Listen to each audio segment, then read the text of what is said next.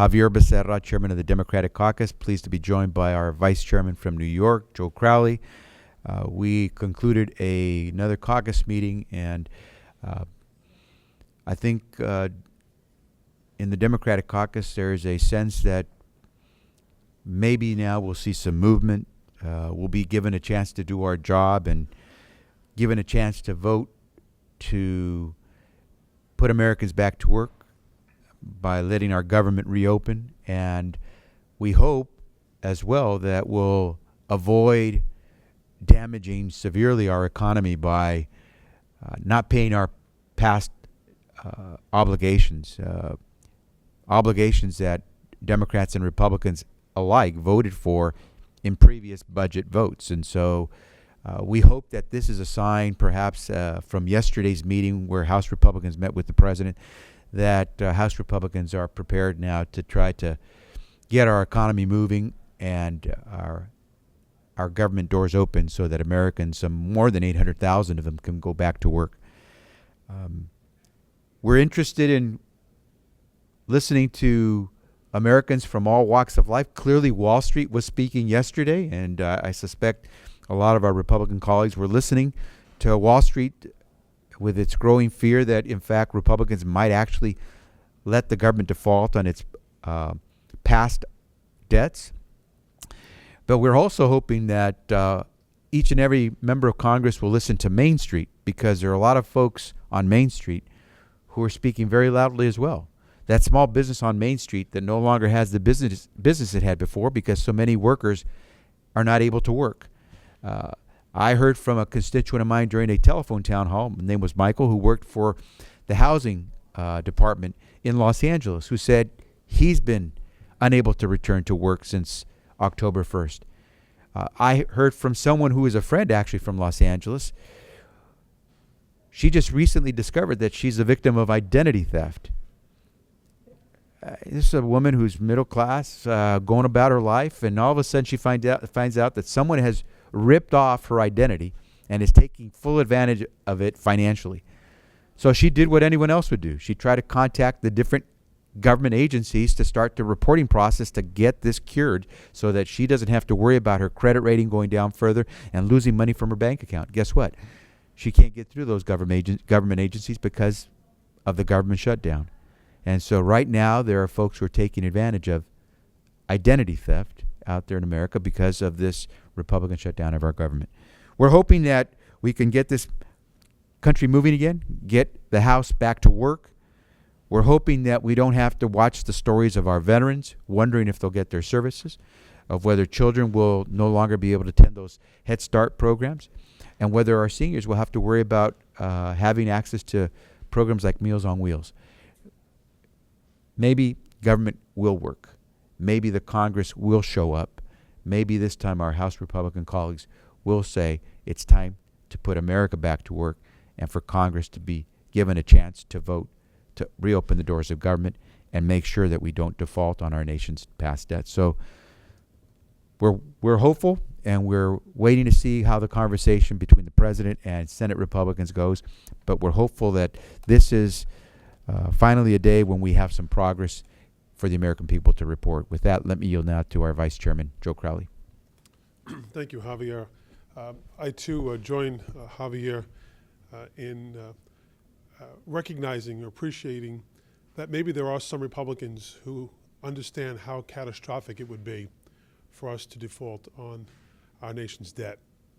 But the problem still herein lies is that the extension that they're talking about is a short-term extension, possibly only 6 weeks. We need a much longer-term extension of our debt ceiling for the health of our economy and for certainty, for economic certainty, for the overall economy, but for our constituents as well, to provide more certainty in this uncertain world that we live in. One thing that still remains to be certain, though, is that my constituents in Woodside, Queens, wake up every day and they have to continue to pay tax to their government and continue to get less service. It's about reopening this government, getting this government up again and working for the American people. That's what our Republican colleagues, it's a challenge they still have not met, and still don't seem to recognize how much damage that they're doing every day. The government continues to be shut down. So we need to shut down the shutdown. We need to pass a long-term debt ceiling relief bill and get government working for the taxpayers of this country once again. Congressman Crowley, while you're there, you expressed some concern about the short-term nature of the debt limit increase. How about the medical tax repeal? Even if it's paid for, what's the sense of the caucus? Listen, as I said before, and I'll say again, the Affordable Care Act was legislated, was litigated, and there was a national election that took place in which President Obama was reelected. And so the American people have spoken. They want to have the opportunity for this law to have a chance. And we believe very strongly that once this law is given that opportunity, it will provide for the first time insurance for millions of Americans. Is that what my Republican colleagues are afraid of? Do they want to deny coverage to individuals who heretofore haven't had the opportunity? We as Democrats say no. We recognize the importance of this bill and this act and this law, and we're going to see it through. But what about the give and take, though? What if that does come back to you on the CR? Is this what it's all been about? Has shutting government down, shutting down the United States government, threatening a default on our national debt, has come down to one small particular aspect of the Affordable Care Act? Really? Is that what we shut the government down for? I think Americans have to be scratching their heads if that's what this is all about. If that's not what it's all about, what is it about? Well, you'd have to ask the Republicans at this point. The Republican caucus shut down the government. That is clear. Their intransigence shut down the government, and they're threatening to default on the national debt. That is all clear. At the end of the day, as I said before, it was legislated, litigated, and there was an election that took place. And the president won re-election. The American people spoke. Let's move on. Let's reopen government. Let's ensure that we do not default on a national debt.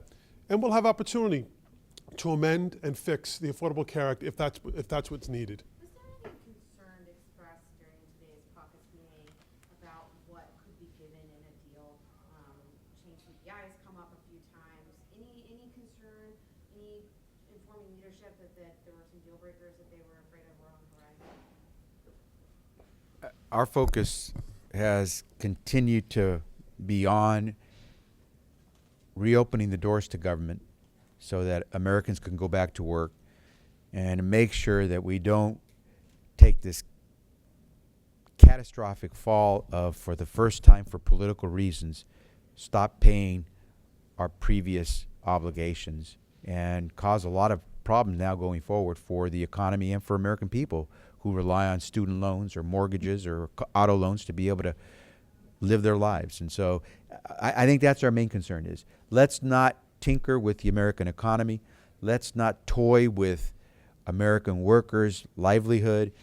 Let's get that out of the way. Then we can sit and talk about anything and everything. I think Democrats have been ready to talk about anything and everything because we've proven that we are ready to move in fiscally responsible ways. We've seen substantial decreases in spending over the last 2 to 3 years.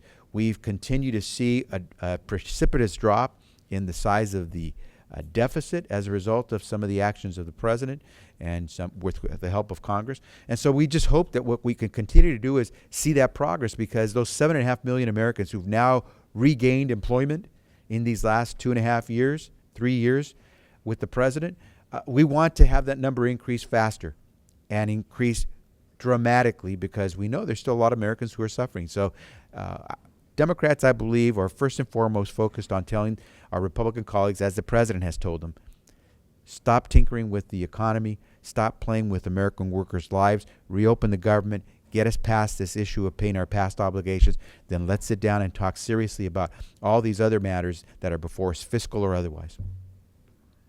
What makes you hopeful that this might all end soon? Obama's still insisting that the CR be clean and the debt ceiling be clean. Republicans are still insisting that something be attached to the CR, and as part of a grand bargain, the Republicans are still unwilling to give anything on revenues, which is a non-starter with you guys. So how's this going to break? Well, in answer to the first part of your question, why am I hopeful? because the lives of millions and millions and millions of Americans will be substantially improved if government begins to operate again. That they will not face further uncertainty if the American people's government were to default on its government's debt.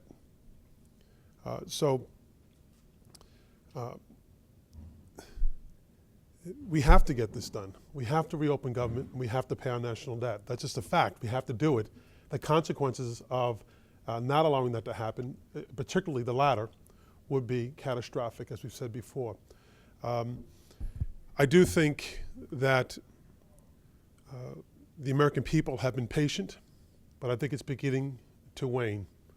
And particularly, I think, as Chairman Becerra said yesterday, looking at one indicator, not an entire indicator of the United States, but Wall Street itself has become very, very leery of this tactic. Now, I would dare say had Democrats done this in the past, we would be lambasted by the far right and by folks in Wall Street. There seems to be a little bit of a double standard here to some degree. But we need to get this accomplished regardless of that, because it's in the interest of the American people that we open government and not allow our government to default on its debts. As a tactic, is this more similar to chess or is it poker? Is it staring at each other or is it actually tactical? We'll answer that question later because we have to go vote. I would only close by saying this. We know that today there are enough Republicans and Democrats in the House of Representatives to reopen the doors of government and put 800,000 Americans back to work. We know there are enough votes right now on the floor of the House of Representatives, Democrats and Republicans alike, to make sure that we don't go over the cliff and allow our government for the first time in its history to default on paying back old debts and promises.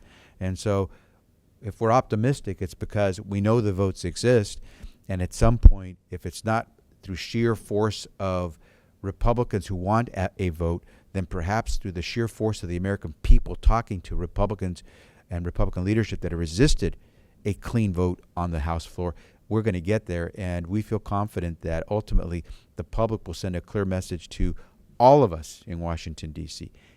Get back to work, get back to voting, and let us continue to see the economy improve. With that, we'll close, and thank you very much for being here.